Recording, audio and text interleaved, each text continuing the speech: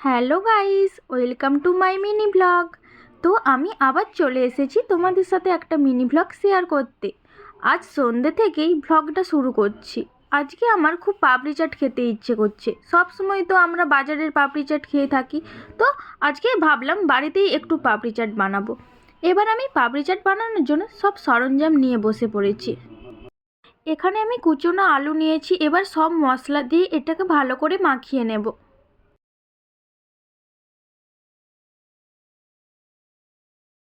সব একদম রেডি হয়ে গেছে। এবার পাপড়িগুলো সাজিয়ে নেব।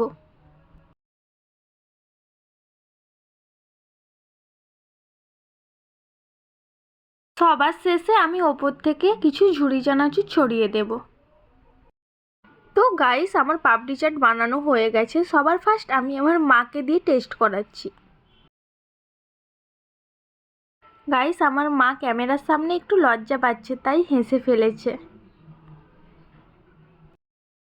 এরপর আমি আমার বৌদি ভাইকে টেস্ট করাচ্ছি।